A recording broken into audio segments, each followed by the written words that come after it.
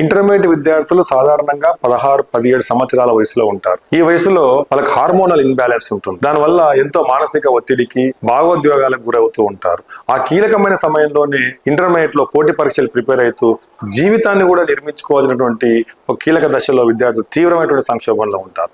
ఆ సందర్భంలో మిగతా పిల్లలను పోలుస్తూ మొయ్యలేని భారం వాళ్ళ మీద పెడుతూ ఒత్తిడికి గురి చేసేటువంటి క్రమంలో చాలా వ్యాఖ్యలతో గురయ్యేటువంటి అవకాశం ఉంది.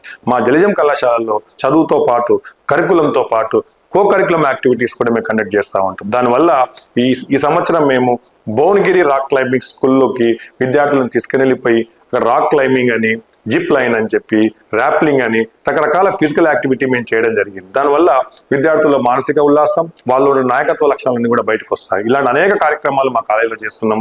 ఏ ఇంటర్మీడియట్ కళాశాలలో కూడా ఒక చదివే మార్నింగ్ 8 o'clock నుంచి ఈవినింగ్ 8 o'clock వరకు 4 గోడల మధ్యన ప్రశ్నలు జవాబులు నేర్పించేటువంటి ఈ సాంప్రదాయ ఈ మూస పద్ధతి నుంచి విద్యార్థులు తీవ్రమైన మానసిక ఒత్తిడి గురై వాళ్ళ ఆత్మహత్యలు కూడా దారిస్తున్న క్రమంలో విద్యార్థులను స్వేచ్ఛగా ఉంటూ ఒక ఆహ్లాదకరమైన వాతావరణంలో ప్రకృతిలో వాళ్ళని ఎక్స్ప్లోర్ చేస్తూ జలజం కళాశాలల్లో ఏ జూనియర్ కళాశాలలో లేని విధంగా తరచుగా అనేక కార్యక్రమాలు మేము కండక్ట్ చేస్తున్నాం అనే విషయాన్ని చాలా గర్వంగా చెప్తున్నాం.